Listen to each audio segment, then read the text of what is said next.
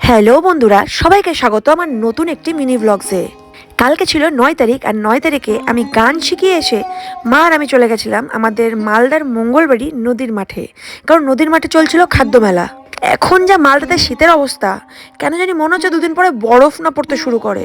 তো এই শীতের মধ্যে আমি যেতে চাইছিলাম না, কিন্তু আমার একটা সমস্যা আছে, যাব না তখনও পস্তাবো, আবার যাওয়ার সময়ও পস্তাতে থাকবো, কিন্তু যাওয়ার পরে গিয়ে সব ভুলে যাই আমি। মেলা দেখে, লাইটিং দেখে সব ভুলে যায়। আর এখানে দেখো সেলফি জোন করেছিল, যেটা আমার একটু অন্যরকম লেগেছিল, ভালো লেগেছিল। মেলাটা একটু ফাঁকা ফাঁকাই ছিল, আমার মনে হয় প্রচণ্ড ঠান্ডা। আর যেহেতু মহানন্দা নদীর মাঠ, এটা পাশেই মহানন্দা, সেহেতু ঠান্ডাটা কী হারে হচ্ছে বুঝতে পারছো তো, কী হারে হাওয়া বইছে, কী হারে ঠান্ডাটা, ওই জন্যই হয়তো মেলায় ভিড়টা বড্ড কম। কিন্তু ৮টার পর থেকে কিন্তু ভালোই লোক হচ্ছিল, আর দোকান পাশেরও কিন্তু বেশ ভালো ভালোই এসেছিলো। আমার তো বেশ ভালোই লেগেছে। আর খাবারের দোকানও ছিল আগের বারের থেকে, এবার ভালো ভালোই ছিল। আর আমি যেই কোনো মেলায় যাই না কেন, আমি কিন্তু চাবের রিংটা কিনেই আনি, মানে কিছু কিনি আর না কিনি, চাবের রিং আমার কেনা চাই।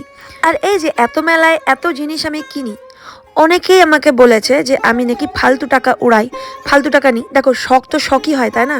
শখে উড়ানো কিসের? দেখো, আমি তো মদ গাঁজা বিড়ি এইসব উল্টাপাল্টা নেশা করি না। আমার নেশাটা ঘর সাজানো বা পুতুল কেনা। আর আমি কিন্তু অনেক ছোট থেকেই টাকা জমি জমি আমার ভালো লাগার জিনিসগুলো আমি কিনতাম। আমি বাবা মার উপরে কোনোদিনই জোর চাপাইনি বা কোনোদিনই জেদ করিনি সেরকমভাবে যে না আমাকে এটা দিতেই হবে, না দিলে খাবো না, এগুলো ব্যাপার ছিল না আমার মধ্যে। আর এখন আমি গান শিখে টুকিটাকি রোজগার করি, আর সেই রোজগারের টাকাটা কিন্তু অর্ধেকটা আমি ঘটে জমাই, আর অর্ধেকটা জমিয়ে রেখে যে বিভিন্ন রকম মেলা আসে সেই মেলাগুলোতে খরচ করার জন্য। আর মেলাতেই ইনোসেন্ট বাচ্চাটাকে দেখতে পাই, যে আমাদের সাথে এসে নিজের থেকে কথা বলছিল, একটু মজা করছিল। আমি কিন্তু বাচ্চাটার কথা বুঝতে পারছিলাম না, ওর একটু কথা বলার প্রবলেম ছিল হয়তো। আমি বোঝার চেষ্টা করছিলাম কী বলছিল। ও আসলে মেনলি আমাদেরকে বলছিল ছবি তুলে দেবে, একটু একটু ছবি তুলে দেবে।